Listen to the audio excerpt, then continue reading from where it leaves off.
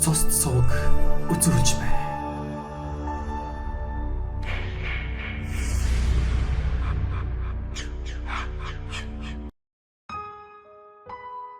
Дал 80-аад онд 40 мянгат болон халахын шоронд нэр цуутай явсан ирчүүдийн дурсамж ярианд төвдөн дорчийн мангар гэдэг үг байнга дурддагдж байдаг. Тэр бол улсын наадамд 7 удаа төрүүлсэн дархан 10 төвдөн дорчийн хүү давуу чимэд бөгөөд найз нөхдөд нь төвдөн дорчийн мангар гэж хэлээд бүр дасчихжээ. Хар багасаа алдаж инээд бүх насаараа шахуул хохирч яваа түүнийг сонин хэвлэл янз бүрээр л бичдэг байж. Бүр ардчлал зах зээл эхлээгүй 1987 онд залуучуудын үнэн сонин дээр түүний тухай бүтэн нүүр материал гарч түүний үйлдсэн бүх хэргийг тоочхоос гадна хэрхэн алдаж инсэн тухай бичсэн байж. 90 он гарч үг хэлэх хэвлэн нийтлэх хэрэгчлөө бий болсноор эрүүгийнхний тухай зөндөө бичигдэх болсон бөгөөд тэр болгонд давуу чимдийн нэр сайн муугаар дурддагдж явах болжээ. Түүний аавыг Монголын ард түмэн андахгүй. Улсад 7 удаа төрүүлж ард түмнийхэн хайр хүндэтгэлийг бүрэн дүрэн хүлээсэн төвдөн дорж аврагын хөшөө дурсгал нь Булхан аймагт байдаг ба нутгийн ард иргэд ойгон жил болгон тэмдэглэдэг. Давуу чимэд нэгэнт бурхны оронд одсон сайхан аав ээж хоёроо бахархаж явдаг ба амьдралынхаа тэн хагасыг шоронд өнгөрөөсөн түүнд өөр бахархаад байх зүйл олон бишээ. Аав нь түүнийг бүх болгох гэж 1978 онд 22 настайд нь Баян мөнх бот Цэрэн тогтох нарын 3 аврагтай ярилцаж Пионерын ордны бүхий секцэнд оруулж байжээ. Тэр үед бүх ард түмний 4-р спартакиад болж давуу чимэд оролцсон төрүүлснийг нь бодоход бас ч авраг эцгээс нь ирсэн хаялга байсан бололтой. Уг нь энэ нэрчээрээ цаашаа явах байсан ч нөгөө латман зан нөлөөлөд цаашид барилсан ч юмгүй борд арстай нөхөрлөн зодоонуудын хэрэгээр дахиад шоронд явчихсан аж. Тэр хамгийн анх 1972 онд ёстой хөгийн юмар шоронд орсон байдаг. Нэг найз нь тэр үеийн 33 дугаар дэлгүүрээс талхаа авах гээд ирэхээр нь гарт нь байсан 3 төгрөгийг булаагаад авчихсан чинь цаанаас нь ах нь өмөрөөд гүйгээд ирсэн аж.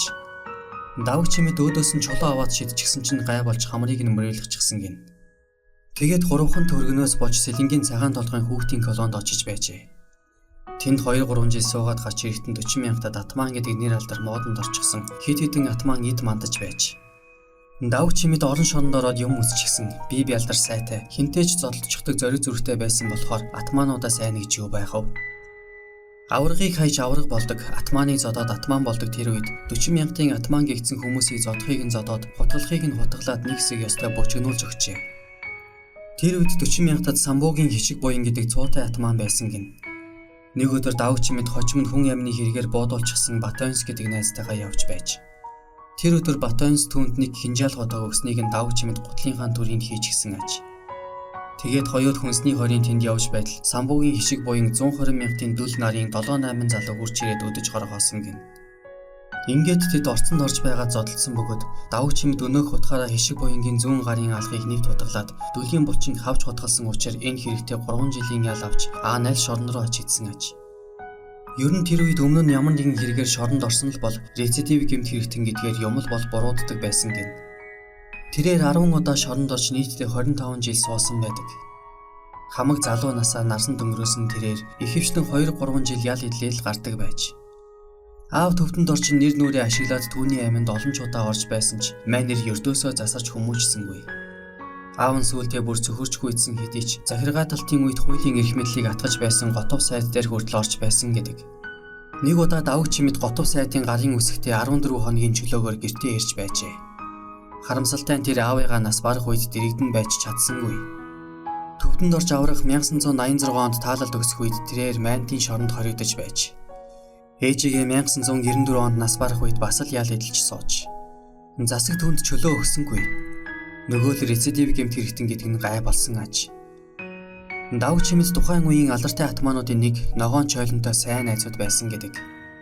Хэдий сайн найзууд ч гэлээ нэгээ алга төгссөн байдаг. Нэг удаа тэр хоёр муудалцах үед хин нэг согтуу байсан аж. Давуу чимэд чухам хинт хутгалуулснаа мэдээгүй нэг мэдэхэд гэмтлийн эмнэлгийн сэхээний тасад хэвдэж байсан гин. Сувлагчаас асуувал сэхээнд 2 хонож байгаа гэж. Цагдаа нар ирээд ямар хүнд хутгалуулсан талаар байцаалт авахд ах нь согтуу байсан болохоор юу ч мэдэхгүй байна гэж хэлээд гаргажээ. Гэтэл дараах нь чойлон нэг шил арих 30 мянган төгрөг барьчихсан хурч ирээд хамыгаа уучлаарай гэхэд нь түүнд хутгалуулснаа мэдэж байх жишээний. Дараа нь тэрээр эмнэлгээс бултаад чойлонгийн эмнэлгийн хувцастайгаа яваад очижээ. Тэгээд яах вэ бас л бөөн архиталт болж нөгөө хоёр дахиад л муудалцсан байна. Чойлонгийн нэг том заазуур байсан бөгөөд давуу чимэд тэрийг нь шүрч аваад Чойлонгийн толгойд зоож өргөжээ. Бараг талыг нь ортол зоосон болохоор заазуурыг арай хийж татаж гаргасан гэж байгаа. Толгойноос нь нийл цус садраад ирэх үед давуу чимэд за өнгөрлөө найзаагаа алчглаа гэж бодоод шууд гараад зогтсон гин. Тэгээд 120 мянгатаар 2-3 хоног архитаж байгаад тентхийн ирүүлжүүлэхэд орчхож. Өглөө нь хан уулын цагдаагийн хилцийн дарга түүний дуудаад за давуу чимэд чамайг яасан ийснийг чинь сонссон. Цаад Чойлон чинь амьд байгаа. 2 авраг нэг-нэгийн харьцаатай боллоо шүү. Та хоёр тэнцсэн. Ахиад харин ийм юм болохгүй шүү гэж сануулж байжээ. Угийн бие сайдаа Чойлон эмнэлэг твтэлгүйгээр толгоогоо спиртээр шавшсаар байгаад идэхэж гисэн аж. Ер нь тэр үеийнхэн хэдий сайн найзууд байлаач хоорондоо их муудалцаж хотоо шүүг дээрээ тулдаг байсан бололтой. Давуу чимэд 120 мянгатын итгэл хоёр багаасаа найзаснаас гадна наранд ч нарсанд ч залуунасаа хамтдаа өнгөрөөж байж. Итгэл тэр үед яруу найрагч Мишгийн цэрэнд оржин охин Доржмаа гэдэг сайхан хүүхэнтэй амьдардаг байсан ба давуу чимэд тэднийд бас нэг хэсэг амьдарч байсан гэв. Итгэл нэг өдөр арх хууч яваад 111-т баригдчихжээ. Тэр үеэр нь өмнө нь орон шоронд байсан баяр сайхан гiş нөхөр итгэлийн дирээд Доржмааг өмнө нь таньдаг байсан болохоор сүүлдээ үнсэлцэж нь ялуураад эхэлсэн байна. Тэгэхээр давуу чимэд за баяр сайхан чи ингэж болохгүй шүү. Наад Доржмаа чинь цаана амьдралтай хүн шүү. Та хоёрыг итгэл мэдчихвэл алан шүү гэж сануулсан ч нөгөөх нь тоогоогүй гин. Тэгтэл гай болж яг тэр үед гаднаас итгэл ороод ирсэн аж. Тэрээр баяр сайхныг шууд хутгалсан бөгөөд хутгалуулсан баяр сайхан гараад зогтсны дараа итгэл Дорж давгийг түүнтэй хуйвалсан гэж үзээд бөөрл хүндүрж орчихжээ. Инглигээд Дорж давг итгэл хоёр найзын тангараа таслаагүй гэж байгаа. Дорж давг нийтдээ 16 удаа хутгалуулж нэг удаа буудуулсан гэдэг. Өөрөө ч бас самбуугийн хишиг буян 120 мянгатын дүл ногоон Чойлон гэд хэд хэдэн хүнд мис хүргээд авсан. Шоронд явахын хажуугаар бас цэрэгт яваад үзчихсэн Эрдэнэтийн 208 дахь ангид алба хааж байжээ. Тэгээд дөнгөж асман цэрэг болонгуудаа нэг офицерыг томроод байхаар нь хутгалснаар улаан ярмаас хар арим руу хүргэгдсэн гин. Тэнд очиод бас зүгээр байсангүй. Хорих ангийн үүдээр нэг удаа нилээд халамцуу орж ирэхэд нь нэг хянагч түүн рүү шууд буудаж орхисон бөгөөд сум түүний зузаан гоёыг нэвт гарсан аж. Тэрээр буудуулчихсан мөртлөө чи юм уу дахиад буудадах нэг мөсөн гүйцээчих гэдэл өөдөөс нь дайраад байсан гэдэг.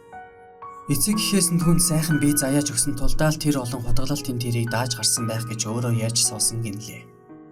Давуу чимэд нэг үе алдарч явтай нийлэн Улаанбаатарын хулгайч нарыг хэсэгтэл айлгсан бөгөөд их дэлгүүрийн үүд хавцаа цугларч хоорондоо юм зарлцдаг байсан хүмүүсийг дээрэмддэг байжээ. Тэр хоёрын барааг хараад зогтдог байсан хулгайч 8 ажтыг мань хоёр их дэлгүүрийн баруун зүүн талаас зэрэг гарч ирэн бүсэлж аваад л хамаг юмыг нь мулцалдаг байж. Гэвч олон хавар нэгэндээ гихчээр алдарч ав тэр хоёр төлөлгүй дээрмийн хам хэрэгтэн болсон бөгөөд энэ үед тэдэнд дээрэмдүүлсэн гих бүх хэргийг давуу чимэд ганцаараа дааж 4 жилийн ял авч харин алдарч ав бушуухан Улаанбаатараас зайлж Москва руу явсан байдаг. Мангар хочид давуу чимэд дандаа л зодоонуудын хэрэгээр шоронд ордог байсан ч хамгийн сүүлд тэрээр хулгайн хэрэгээр аавын хаалга татжээ. Гэхдээ энэ удаад тэр хэлс хэрэгээр орсон бололтой. Тэрээр нэг удаа урт цагааны тэрүүгээр явж байгаад 120 мянгатын Эдука гişтэй тааралцсан аж. Гай болоход тэр Эдука нь яг тэр үед нэг албан газрын үлгүүрээс менжин шүүб байсныг нь аваад хамт явсан нөхөртөө өгчихсэн байсан ба тэр нь удалгүй баригдчихсан гин. Ингээд цагдаа нар давуу чимдийг урд нь 10 удаа яллагдаж 25 жил шоронд суусныг нь мэдэнгүүтээ өө та нар чинь юусаа хам хэрэгтнүүд байна гэж зүтгэж. Манер өөрийгөө тус хэрэгт ямар ч хамаагүй гэж хичнээн ч тайлбарлаад нэмэр болсонгүй барааг нь хараагүй шүүбний хэрэгээр шорон руу илгээгдэжээ. Гэхдээ тэрээр нийслэлийн шүүхэд давж заалдаад дээд шүүхэд давж заалцснаар удалгүй магадлангаар гараад ирсэн гин. Түүнийг Мантийн шоронд байх үед Чойлонгийн эхнэр Халиун Америкаас их орондоо ирж таарсан бөгөөд тэрээр ирмэгцээ давуу чимдийг шоронд байгааг дуулаад Гени Ариука дархны Туба нарын хамтаар эргэж очсон аж. Тэд хоёр шуудаа гурил хоёр хоньны мах чихэр жимсгээд машин дүүрэн юмтай ирснийг нь 10 хэдэн хүн зөөж оруулж байсан гэдэг.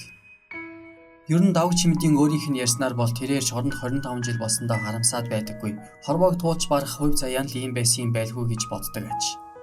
Олон жил шоронгоор явлаа гэд ядарч зүдрээгүй шоронд очмогцоол баригад зөвлөл болчихно. Идэж уух хүмүүс ч зүгхээр дутаж байгаагүй. Дэндүү сайхан жаалдаг байсан гэх. Гэхдээ л олон жил шоронд суухад сүулдэ залхдаг гин. Шоронд аригтаар сууж хүүхэн шуухан авчруулж болохч цаанаасаа л ирэх чөлөө өгүүлэгдэж байсан гэх. Дандаа зодоонуудад хутгалдаж явсаар төвдөнд орчин мангар гээгдэх болсон түүнийг сүүлийн үед найзууд нь төвдөнд орчин ухаалаг гэдэг болсон гинлээ. 50-60 гарсан хойноол жаахан ухаан сууж эхэлж байна да гэж ярих тэрээр өдгөө багнуур дүүрэгт амьдардаг аж.